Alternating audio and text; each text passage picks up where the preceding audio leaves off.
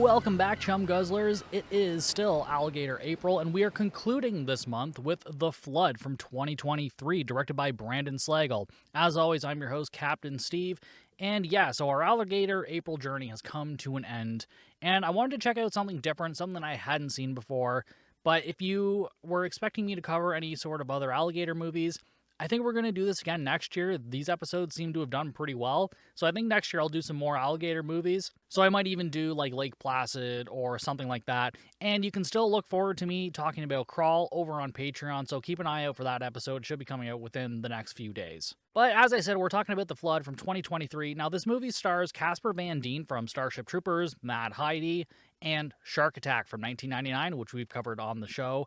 Just to bring it back to Mad Heidi for a second, if nobody has seen that movie, it's a Swissploitation movie. I don't want to give too much about it. I just think everybody should go fucking see that. Go watch that movie. It is fucking fantastic. But this movie also stars Nicky Whelan, who we've seen in Maneater from 2022. The only other thing I really remember her from is an episode of Workaholics. She plays like this intern or something like that. She's an Australian actress, and I'm pretty sure she's probably been in like some bigger stuff that I'm just not really aware of, but that's where we've seen her before. And this movie also stars Louis Mandylor, who was in Doom Annihilation. Not a particularly great movie, but also not horrible. I do want to see more Doom movies at some point. It's just such a great story, like, to turn into a movie, and how they haven't managed to turn it into something good yet, way the fuck beyond me. But anyways, yeah, he's Costas Mandylor's brother, who is Hoffman in Saw 4, 5, 6, and 7, I think. Yeah, that's your trivia for this movie. The movie was originally supposed to be directed by the guy who did Shark Season and Swim, which is a movie on Tubi that I'm pretty sure is just a ripoff of Crawl, actually. So yeah, that's your interesting trivia for this week. But let's get into the Letterboxd plot synopsis. Danger is rising. A horde of giant hungry alligators is unleashed on a group of in-transit prisoners and their guards after a massive hurricane floods Louisiana. Pretty basic story. It's basically like Assault on Precinct 13, but with alligators, for the most part. It has an average rating of 1.6 stars on Letterboxd, so I was excited to see this movie until I saw that rating, and I was like, oh shit, what have I done? For poster expectations, it's a pretty basic poster. It's just an alligator in like a flooded jail cell. Very obviously like digital art. But there's also something about this poster that just kind of made me think of like early 2000s, like direct to DVD sort of movies. And obviously this was one that went direct to VOD or direct to Blu-ray, whatever you want to call it. So yeah, it just kind of had that vibe for me. So it didn't actually like really turn me off of it. Just because that was a time period where I was like actually really starting to buy a lot of physical media, and so I bought a lot of like really shitty movies for a long period of time because I was basically just buying anything horror related. So yeah, the cover kind of gave me those vibes, so I don't actually hate this poster. I actually kind of dig it for the most part. Yeah, let's see if this movie can live up to any of those expectations. I mean, I'm kind of just expecting CGI gators at this point. Like, I'm not really expecting to be a whole lot of practical effects. But I mean, the cast, Casper Van Dien and Nicky Whelan, I'm like, I like both of them. Nicky Whelan was fine in Maneater. The movie itself wasn't super great, but it's also not really the worst thing that I've seen. And I mean, Casper Van Dien, I mean, have you guys seen his jawline? Like, just look at that man's jawline. It is, like, speaking of flooding, man, like, ladies, huh? Or dudes, too. He's flooding everybody. But before we get into the plot of this movie, if you're enjoying the podcast and you would like to support the podcast, all you have to do, like and subscribe the YouTube videos or leave a rating or review wherever you listen to your podcast. And if you really want to flood me with joy, go and sign up for the Patreon, patreon.com/bucketofchum. Each month I'm doing an exclusive episode for Alligator April. Like I said, we're going to be covering Crawl, a movie I saw in 2019 in theaters. But yeah, each month we just do an exclusive episode over there. So if you want to support the podcast, you can go and do that. I know I keep saying I'm going to do more stuff for the free tier, and I really haven't yet. But if we get more people signed up for the free tier, then I'll start doing more different trailer reacts. Or if people really want it, I'll actually do like short movie reacts for like other movies or whatnot. Like maybe we can put a poll up. But yeah, if you want to support the podcast, those are probably all the best ways to do it. But for now, let's flood our expectations and let's dive in. So this movie starts off and the hurricane is just raging, and then we see these two people, Clarence and Summer, going into like some abandoned buildings, and they start like boarding up the windows and whatnot. These two characters basically are just here to die. We didn't really need any of this because they have like a conversation about themselves, and it's like, oh, where are you from? What did you used to do? One of them was in a band, and then I guess they ran away from home or something. Unless like these were characters I was supposed to realize had a connection to other people later on in the movie, this was really just complete nonsense. Other than at some point, Summer stabs one of the gators in the eye, and so we see this gator later on, as if that really matters. Spoiler alert, it really fucking doesn't. But yeah, there's not really much going on here. When we first see these gators, the CGI is pretty goddamn bad. It's not like the worst thing I've seen. Like, I've seen like worse CGI and stuff. But when you see like the cinematography in this movie, it's like, holy shit, like there's like a crew behind this that like really knew what they were doing. And I guess maybe some of that even comes down to like the color correction and editing and whatnot. But the gators just were not up to par with how everything else looked. Now, I'm not blaming the VFX artists or anything. I'm sure this is like, it's always a time constraint, or they're not paid enough, or it's something like that. Like, that's always or usually always the case. Or the movie just didn't have the budget for it, which is a shame because everything else about this looks really good. And the acting, I know I usually say that for the end, but the acting wasn't horrible in this movie. Like, it could have been way, way worse, and it's just not. So it was a little disappointing to see these gators at first. But I mean, yeah, maybe they'll get into some shenanigans later. Maybe it'll make up for it. And then we get our credits and title cards and all of that. And then we go on to this prison bus. And then we get a bunch of like freeze frames and title cards for like each of these prisoners, which I'm not going to go over all of them. Basically, the main one you need to know is Russell Cody, played by Casper Van Dien. And it says that he is a cop killer and he's in for a life sentence. That's basically all we need to know. And then everybody, including the prisoners, are kind of going back and forth talking about like how it's kind of bullshit. They're traveling in this weather and whatnot. And even the guards are like, yeah, this is dumb. We shouldn't be doing this. Like, why are we doing this? This is really dumb. And then we cut to a scene with these criminals who are basically going to be breaking Cody out of jail. Now, this scene and this whole setup really reminded me of Hard Rain. Has anybody seen Hard Rain with Morgan Freeman and Christian Slater, where Morgan Freeman is like a criminal and they're robbing an armored truck during a hurricane or something like that? Because these people are like loading up Sea-Doos, getting ready to do their escape, and like there's a lot of Sea-Doo action in Hard Rain from what I remember. Yeah, no, this is just a little PSA to go check out Hard Rain from, I'm going to throw a year out there, 1998. I have no idea if that's accurate, but I feel like that's around the time period that movie would have come out. I remember really liking that movie. But again, that has nothing to do with anything. But, I mean, it's Morgan Freeman and Christian Slater. I mean, that's just a good time waiting to happen. And then we see our sexy sheriff, played by Nicky Whelan, playing Joe Newman. And their police station is starting to flood. And then she learns that the prisoner transport bus is coming to them so the prisoners and the guards can hunker down there for the night. And the person who took this call, I guess, Whitlock, doesn't even tell her about it until she comes into the room and starts asking questions about shit like why is the floor flooding and all this nonsense. So yeah, Whitlock is pretty fucking useless. He's just sitting there watching the news, which I get, like there's a hurricane going on, but like, you know, there's probably other shit you could be doing, Whitlock.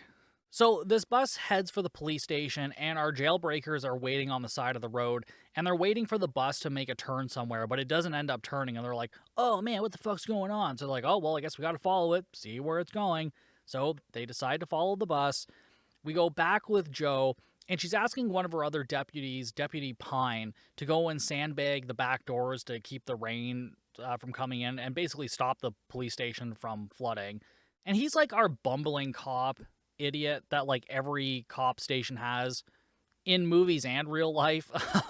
Yeah, like he's our Officer Doofy in this fucking movie. And then right after that, we see some like really terrible CGI gators going into a sewer or something. Not really super clear. I'm guessing that's what they're doing. They're going into the sewers, which is near the cop station, I guess. Again, not really made super clear. There's a lot of little moments like this where I'm just like, why is this happening? What are we doing here? We go back and we follow Officer Pine, who goes into a storage room, and he's standing in like knee-high water. So like this place has already started to flood. and he turns the light on while he's standing in the water. I don't recommend touching light switches or anything like that when you're in water.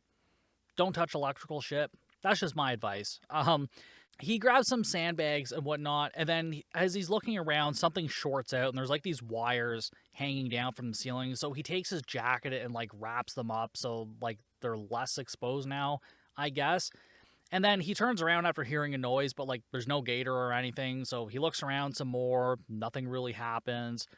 We go back outside, and the jailbreakers are outside the police station watching the bus pull up. And then they start watching like the prisoners being offloaded. And one of the guards from the bus, he's from the Department of Corrections, Dale, and he makes a Gremlins reference, like, because Joe says, like, there's not enough food and everything for them, because, like, it's just a really small police station, and they're not, like, prepared for any of this. So she's like, yeah, we don't have a lot of food, and he's like, well, I guess we won't feed them after midnight. And he's like, yeah, you remember that movie? I'm like, Gremlins from 1984? Yeah, I remember that. Why are we referring to prisoners as gremlins? I don't quite get it. I'm like, because they're like mean bastards. I'm like, that's a bit of a stretch. I don't know. And I love Gremlins. My dog's name is Gizmo because I fucking love Gremlins. But like, this just made absolutely no sense. I'm like, I don't know why we're doing this. But we go back down to Pine, and he's still bumbling around this flooded room, and he gets his arm stuck on something, which I guess was the gator's mouth, because he tries to pull it up, and he's like, oh, I'm stuck. And then he just, like, pulled under, and then we just see this gator underwater chewing on his arm. Every time we see these gators underwater, too, like, the water's, like, just super murky and really dark. Like, I was trying to pull screenshots from this movie, and I'm like, this sucks, because, like, all of this is so dark, you can't see anything that's going on. And all of the shots are, like, pretty quick. A lot of close-up shots, too. So, yeah, that's kind of disappointing. But, again, it's not the worst thing, and it's sort of in line with what I was expecting. But, I mean, as always, I'm always expecting a little bit more, and I'm not really getting it. Back outside with the jailbreakers, they're starting to argue about, like, oh, we shouldn't be doing this because this is a cop station, blah, blah, blah. But the leader, Rafe, whatever his fucking name is, he's like, no, this could, like, work in our favor. So they basically decide that they're going to go in anyways. And as the prisoners are, like, coming off the bus here, like, Joe is outside watching them all walk in. And, of course, they're all, like, eye-fucking her because they're all dudes and she's a she. So they're like, oh, yeah, ugh. Anyways, but this is all shot in, like, really weird slow motion. I'm like, I don't fully understand why we're doing this. I'm like, it's not really adding anything to the story. You're not really building any tension or anything. I don't know, it was just very strange to me. When they're inside, Joe introduces herself to all the prisoners, and they all kind of laugh because it's like, oh, you're a woman, what are you gonna do? But she stands her ground, trying to be tough and all that. And then she does a roll call, which I'm like, I don't even fully know why we're doing this. I'm like, the Department of Correction guys are there, they're kind of responsible. I mean, I guess she needs to know, but at the same time, like, do we need this? No, we don't. It's just for them to give us background on some of these characters that I'm not really going to bore you with. Basically, all you need to know is most of them are pieces of shit. A couple of them, I'm like, all right, you did something because, like, the world is kind of shitty and you were put in a shitty situation. One of them's a straight up Nazi, so fuck that guy. Like, and a couple of other ones are just, like, fucking awful. Like, yeah, go fuck yourselves. They put the prisoners into cells, and again, they do some, like, back and forth banter with the Department of Corrections guards. And then as Joe and Whitlock are walking past the front door, a bunch of gunfire erupts. So they return fire and take cover while this is going on. And again, we get this, like, slow motion thing happening. And I'm like, it's not working here. I'm like, the slow motion, like, looks good. Like, it was well done. I just don't know why we're doing it. I feel like they just didn't use it in some of the right spots. Like, the slow motion doesn't make your movie more interesting. Like, this isn't Dredd. Stop trying to be Dredd. Nobody else can be Dredd. But anyways, they return gunfire, and, like, the Department of Correction guys don't even really recognize this as gunfire yet. They're like, no, I think it's just lightning. It's just thunder and lightning. Oh. But one of them finally goes to investigate. So the jailbreakers make their way into the police station, and then Joe and the leader, Rafe? I'm going to call him Rafe. I can't even fucking remember. They kind of go back and forth, and he's asking, like, how many people are there? And then this DOC dude is walking towards her, and she's like, no, like, stay where you are, stop doing anything. And he's like, no, I've got this. He's like, I know what I'm doing. He turns the corner and he tells them all to freeze, and he's immediately fucking shot because he's an idiot. And so Joe stands up and she manages to shoot one of them in the neck. But after doing some back and forth, her and Whitlock finally surrender. And the bleeding neck dude isn't in that bad a shape. He's still alive. And he's basically just going to guard the door while he sits there and bleeds on the ground. As Joe comes into like the prison cell area, the other Department of Corrections guard is there, and he starts arguing with her as the like armed gunmen come in behind her. But he eventually puts his weapons down. And then this is where we confirm that Rafe is there for Cody. So him and Cody kind of chat for a bit, and Cody is like, what the hell are you doing here, man? Like, what are you doing? And so Joe lets Cody out of his cell, and then Rafe says like, oh yeah, we got a lot of catching up to do. And then, of course, the other prisoners asked to be let out and whatnot, but they aren't going anywhere. They're not here for them. Rafe asks about the cameras in the station, and Joe says, like, they haven't been working for a while, like the rats have chewed the wires. So the wires we saw earlier that Pine was covering with his jacket, those were for the cameras, apparently, and they just never got them fixed. Seems like a bit of a problem in a police station, but, what do I know? Back at the front, the dude who was shot in the neck is attacked by a gator. He fires off a few shots, but the gator gets him, like annihilates him, and somehow nobody else hears this. This police station's not that big, from what I can gather. Like, it's a pretty tall station, but from what we hear later on, nobody uses the upper floors, and they haven't been used for years or some shit. So I don't know how nobody hears this. Like, I understand there's a storm raging, but, like, this dude was firing a machine gun and then started yelling, and I'm like, somehow nobody heard this? I don't know. Anyways, Joe takes the female jailbreaker to the storage room. They have some really dumb banter here. So this jailbreaker bitch is like, oh, you and I look a lot alike. And they kind of do. Like, they're both white and blonde, so I guess they have that in common.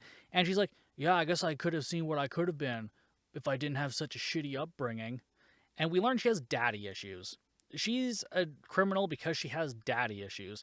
So she has the mindset to realize that she had a shitty upbringing, but can't use that to make better decisions. Fucking make it make sense, people. My God. So anyways, after they do this dumb banter, they get to the storage room, and they see that it's all flooded, and Joe just kind of points to the wires, and it's like, yeah, there's the wires. Like, that's where the camera is. And they're like, yeah, all right, that's good enough for me. So they're going to go leave, but then they see Pine's flashlight in the water, and then Joe is like, oh, well, we need to go look into this. So they slowly make their way down into the water. They get to the flashlight, and then Joe picks it up, but Pine's arm is still attached to it. So then they both start freaking the fuck out. And then as they turn around, there is a gator coming down the stairs towards them. So this jailbreaker starts shooting at the gator and whatnot, but then Joe tells her to stop because there's propane tanks down there. Oh, I wonder if those tanks are going to come in handy later. No, never. They would never lay the groundwork for that.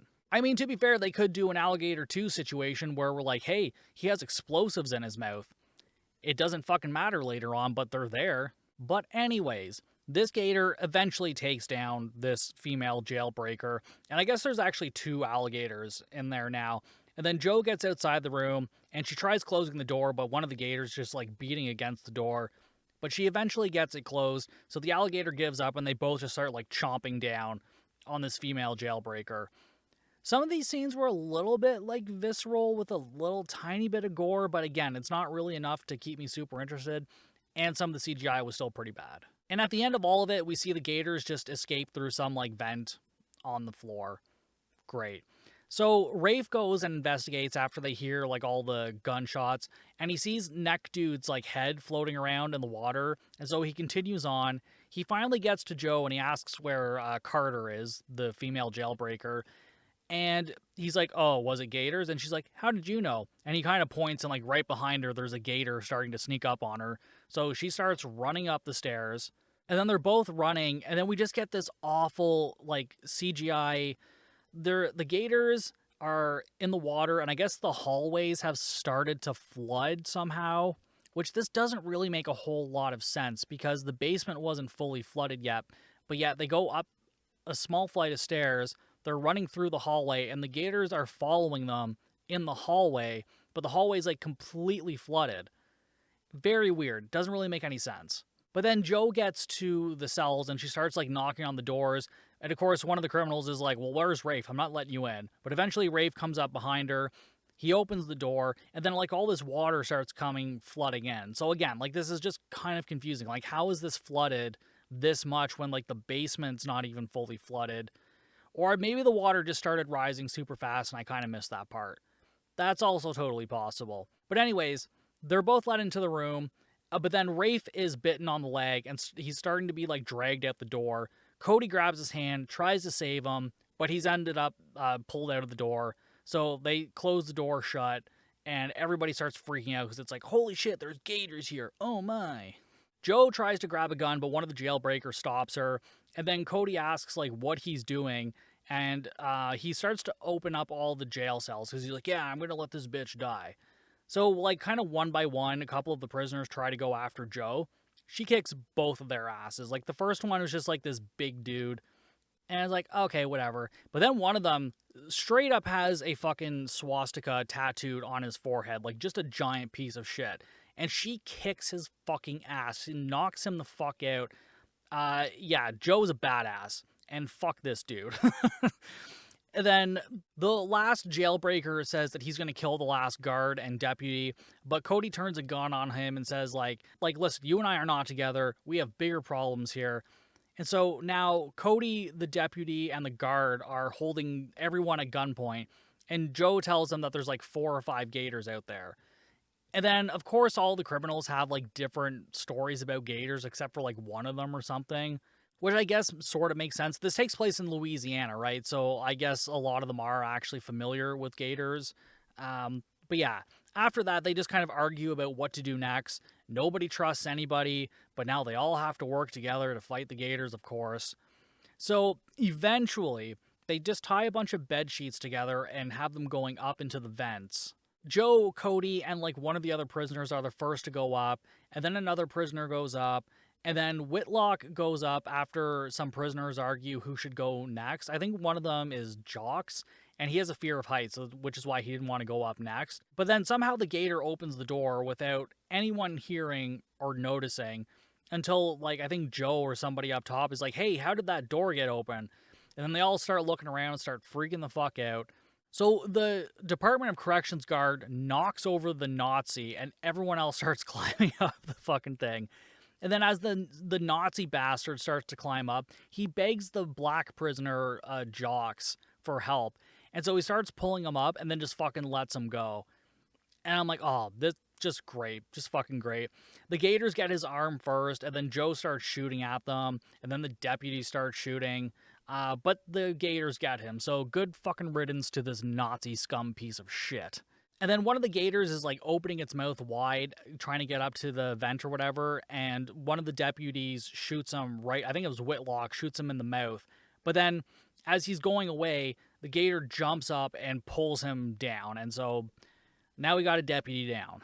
And Cody tells Joe that like it's not her fault. It just kind of reassures her. And then they just start moving through these vents. These vents are fucking huge, by the way. Like, all these grown-ass people are just going through them like no problem. Like, it's not like Die Hard where you're fucking squeezed in there. They got room to, like, they could have a little fucking tea party up there if they wanted to. There's so much room. They can play pickleball up there. But they eventually make it to another floor. And then as Joe tries to come up with a plan with some of the other guys, the other prisoners are trying to come up with a way to escape. But anyways, Joe, Cody, and Jocks head upstairs to try and scope things out. Again, I'm not entirely sure what the plan is here. They're like, we're going to go to a different floor. And I'm like, yeah, get as high as possible, I guess. But, like, don't really have much of a plan going on here. So they make it upstairs, and they start looking around for any weapons they can use and whatnot. And then Joe asks Cody what his story is. And so basically, he was a soldier in Afghanistan. He gets discharged because his commanding officer gave him an order he didn't want to do, and then it got physical. So he gets discharged, can't find a job anywhere else. So he gets a job as like a driver delivering packages to various people. And I guess at one point he was delivering packages to Rafe or something. And then they kind of became friends because they had like similar stories. They were all in the army, same with all of Rafe's people and whatnot. And so eventually Cody agrees to do this job for them. And I guess the job went sideways. Like, apparently nobody was supposed to be hurt. But then the cops show up And then it sounds like Rafe and all of the other people killed the cops, and it wasn't Cody that did it. But I guess, like, since he's not a snitch, he just kind of takes the fall for it. But I guess what ended up happening was he took the $20,000 they had stolen, stashed it somewhere, and so Rafe and the crew are trying to break him out of prison to get this money back. I can't think of, like, a specific movie right now, but I know, like, we've seen this plot before.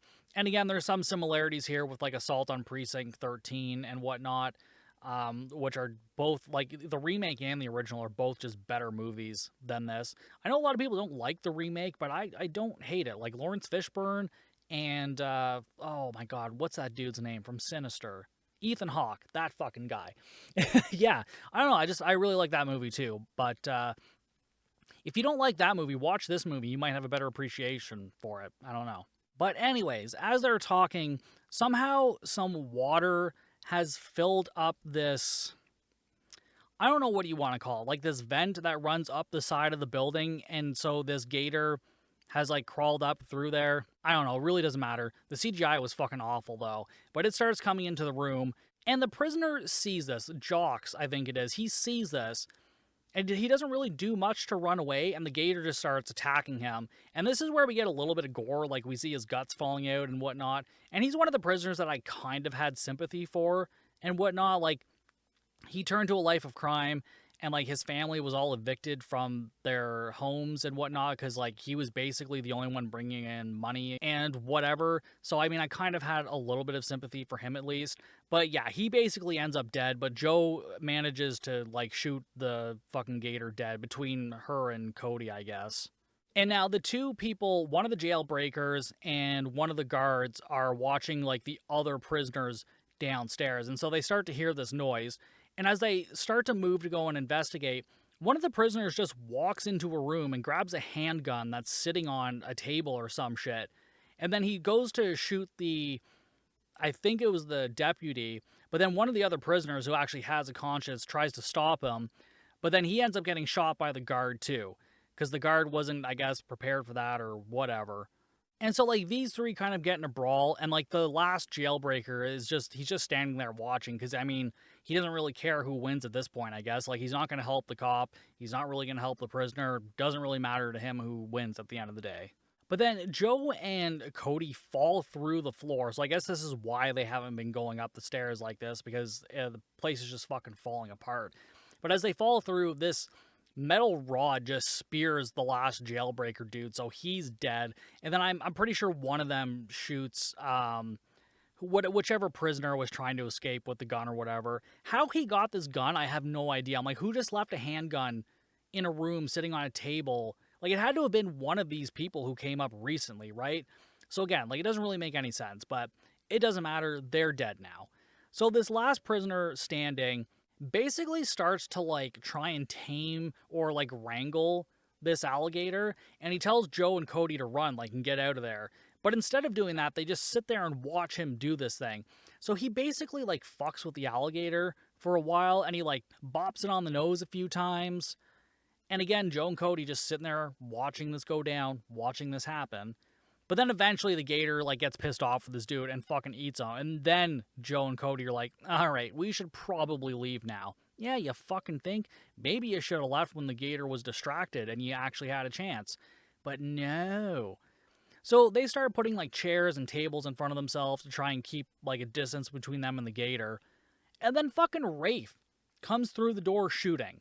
He's like, yeah, one of them thought I was dead and he was going to save me for later, but I wasn't. I'm like, there's no way you're not fucking dead. I'm like, I'm sorry, there's just no fucking way. But I guess he kind of comes in and saves day, and he ends up killing one of the gators. And so Cody and Rafe are leaving. Joe tells them to go without her. She has a plan. She's going to take care of something. But as Cody and Rafe get near the front door, Cody's like, I'm not leaving her. And then Rafe is like, no, we don't have to save her. She's seen our faces. Like, we basically have to kill her or whatever. But Cody says he's not leaving. So then Rafe kind of does this thing where, like, he pretends to agree with him, but then he just, like, starts kicking his ass. Like, they just start fighting or whatever. And then Joe is still upstairs trying to distract the gators and fight the gators. And then, like, another gator comes up onto the floor or whatever. But then she eventually shoots at a propane tank. I'll remember the propane tanks from earlier? Well, it's coming back around. So yeah, she shoots at one of the propane tanks, it explodes, and it somehow sets off this chain reaction of everything in this fucking building exploding. So when Cody and Rafe are fighting downstairs, this explosion knocks out Rafe, and then Cody just like walks out the door, and he's like, all right, time to go, and then he just fucking leaves. So you think that like he's just leaving without Joe or whatever. So he's just like, all right, I'm peace out, I guess. But then we just cut to them each on a jet ski. It's daytime now. They're both on a jet ski. And then he's like, oh, I guess you're going to report me now. And she's like, as far as I'm concerned, 5 convicts died in that place. So she's just going to say that he died so he can go off scot-free. And then, of course, she's like, hey, whatever happened to that $20,000? And he's like, see you later. And then they fucking drive off on the jet skis, like, following each other at first, and then they split apart like it's fucking Fast and the Furious 7. Like, Paul Walker and Vin Diesel are splitting ways. And yeah, that's basically the end of the movie. There's not a lot to this movie, unfortunately. I actually really like the premise. There's a few of the actors that I really liked in this movie, but the CGI was pretty terrible. There's very little redeeming qualities when it comes to the CGI. Some of the writing is bad, like some of the dialogue is just really plain dumb. Like there's no other way to put it, it's just dumb. And again, the story isn't super original, but I still like this idea, like somebody trying to break a prisoner out during a hurricane sort of thing. Again, like all of these are taken from like other movies, these little pieces, and like they could have had something really cool here, but it just wasn't fully executed properly, especially this ending. Like this ending just felt rushed, or they didn't have the money to do anything properly, which is really unfortunate. So like you're kind of expecting something epic to happen, and then it's just kind of nothing. But at the end of the day, like if it's like a rainy day outside, you need something interesting, like something fun to watch, I guess. Like you can kind of throw this on in the background, and it's not going to be a terrible time. But if you're really looking for a good alligator movie, like stick with movies like Crawl or 1980s Alligator. I think those two are probably the top 2 ones that I've watched this month. So I'm going to give this one a 2 stars because it's not the worst thing I've seen, but it's definitely not the best one we've watched at all. But yeah, I think I'm just going to stick with 2 stars for this. CGI was bad. Acting was great. Cinematography was pretty good in some parts. But yeah, it wasn't enough to like make this any higher of a rating for me. But that concludes Alligator April. If you guys liked this, let me know, and I'll probably do more theme months. I think next month I'm actually going to do a bunch of bear movies, because we're definitely going to be talking about Grizzly. Because, yeah, as we continue to celebrate Jaws 50th, Grizzly is another one of those movies that came out of the Jaws craze. So we're going to be covering that one. And over on Patreon, I'm going to be covering Grizzly 2, The Revenge.